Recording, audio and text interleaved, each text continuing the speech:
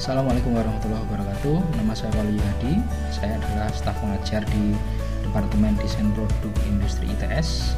Kali ini saya akan membahas tentang 10 langkah memulai usaha ID holder tenun Lombok. Nah, ini adalah bagian dari kegiatan pengabdian masyarakat ITS dan KKN ITS di NTB dengan judul pelatihan pengembangan kompetensi UKM kain tenun khas NTB menjadi produk fashion. Sebelumnya program ini adalah program offline ya, dimana sebelumnya kita seharusnya membuat pelatihan di Lombok langsung, namun karena pandemi maka kita buat pelatihan ini menjadi pelatihan online. Nah, konten digital ini atau video ini boleh teman-teman viralkan untuk kemajuan atau untuk pengembangan tenun di Lombok ya. Atau ini juga kita upload di YouTube, di mana nanti teman-teman tetap bisa mengakses terus walaupun program ini sudah selesai. Nah, di program ini atau di video ini kita akan membahas tentang outline atau semua program yang ada di kegiatan Atmas ini, yaitu 10 langkah memulai usaha yang nanti teman-teman bisa terapkan melalui video-video yang akan kita share nanti. Yang pertama, kita akan menjelaskan tentang tren ya. Jadi sebelum kita atau teman-teman membangun usaha di bidang tenun ini, kita perlu tahu tentang trennya. Jangan sampai nanti ketika kita akan mengembangkan tenunnya nanti ternyata sudah nggak ada, ternyata tidak sesuai dengan kebutuhan pasar. Misalnya kita sudah nyetok tenun yang banyak, ternyata trennya bukan tenun misalnya ya gitu. Tapi nanti kita akan bahas di materi tren tadi. Kemudian yang kedua, karena ini juga terkait dengan online juga, maka sebelum kita memulai lebih jauh maka kita akan belajar tentang Google My Business.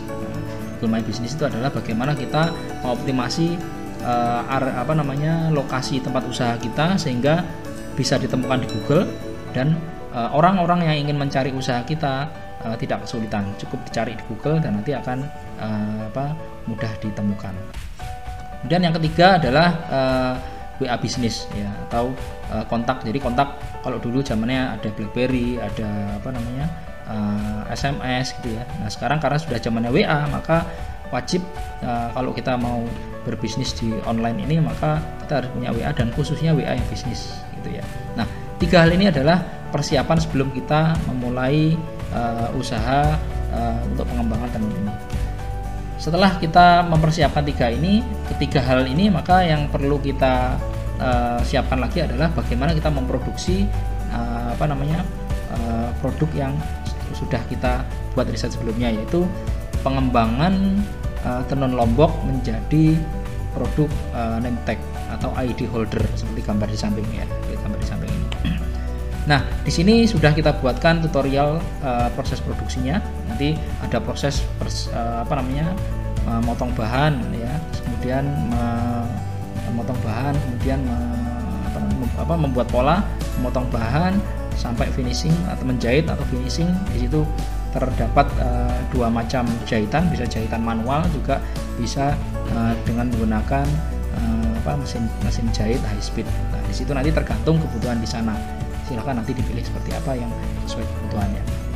Nah, di sini juga kita buatkan polanya. Jadi ini satu paket ya. Tadi sudah belajar trennya, sudah belajar Google My Business, WA Business. Maka nggak lengkap juga kalau nggak kita buatkan desainnya. Nah, desainnya sudah kita buatkan polanya, dan polanya itu kita upload. Nah, jadi semua video ini itu nanti teman-teman bisa akses melalui internet yang sudah kita upload semuanya. Nah, setelah setelah nanti teman-teman pelajari tutorial tadi, kemudian bisa mendownload pola bahan ini, sebenarnya itu sudah selesai. Teman-teman sudah bisa memproduksinya gitu. Harapannya nanti teman-teman bisa mengembangkan sendiri dengan desain-desain yang baru gitu. Nah, tahap yang ketiga, itu nomor 6 ini adalah kita juga bersama teman-teman KKN, kita juga membuat database calon customer yang ada khususnya di Lombok ya. Nah, di Lombok itu kita mencoba mencari market size ya. Market size itu apa? Itu besarnya kebutuhan. Itu tapi masih perkiraan ya. Misalnya di sana ada bank apa aja, karena kebanyakan yang menggunakan name tag seperti ini kan teller bank gitu ya. Terus kemudian kantor-kantor pemerintahan, BUMN dan lain-lain. Nah, itu nanti kita share di di link yang akan kita bagikan di deskripsi nanti. Kemudian setelah kita mengetahui database-nya, lalu kita juga sudah menyiapkan konten marketingnya. Konten marketing itu apa? Jadi ketika nanti sudah teman-teman sudah memproduksi ya, terus kemudian sudah ketemu calon pembelinya atau calon customernya, nanti tentu butuh contoh fotonya gitu kan, atau juga videonya. Nah itu juga sudah kita siapkan, nanti bisa teman-teman download dari link yang akan kita share. Nah yang nomor 8 adalah penawaran. Nah bagaimana cara menawarkannya, itu kita juga sudah buatkan videonya ya, termasuk tadi yang database tadi. Selain ada database-nya juga kita buatkan videonya. Jadi nanti bagaimana teman-teman menggunakan database tadi dan bagaimana mengaksesnya, itu nanti akan kita jelaskan di video selanjutnya. Nah setelah itu penawaran. Nah penawaran ini tergantung masing-masing kondisi. Makanya di penawaran nanti kita kasih contoh berupa formulir kosongan. Nanti teman-teman bisa ngisi usahanya sendiri, ngasih nomor HP-nya sendiri, dan ngeprint sendiri. Nanti bisa mengajukan ke ke kantor-kantor atau calon customer yang nanti teman-teman akan tuju. Ya nomor 9 itu adalah marketplace. Nanti teman-teman juga bisa belajar tentang bagaimana mengaktifkan marketplace. Kenapa? Karena rata-rata ketika mereka nanti browsing ya atau mencari di internet, itu mereka juga perlu transaksi yang aman. Nah di sini ada marketplace, atau misalnya ada Shopee ya, atau Tokopedia atau Bukalapak. Nanti teman-teman bisa aktifkan sendiri, dan itu juga sudah kita ulas dalam sebuah video. Nah yang terakhir adalah branding dan packaging. Ini sebenarnya kita taruh terakhir, karena sebenarnya ini adalah upaya agar nanti produk kita nanti bisa mudah dikenal. Jadi tujuan branding itu adalah agar ada interaksi antara kita sebagai produsen dengan customer kita. Bagaimana caranya customer nanti bisa menilai bahwa produk kita ini layak atau enggak, atau produk ini bagus atau tidak. Disitulah kita perlu branding atau usaha untuk memperkenalkan. Nah selain itu juga packagingnya, bagaimana packaging itu mempengaruhi branding kita atau image kita atau citra kita. Oke, dari saya cukup sekian.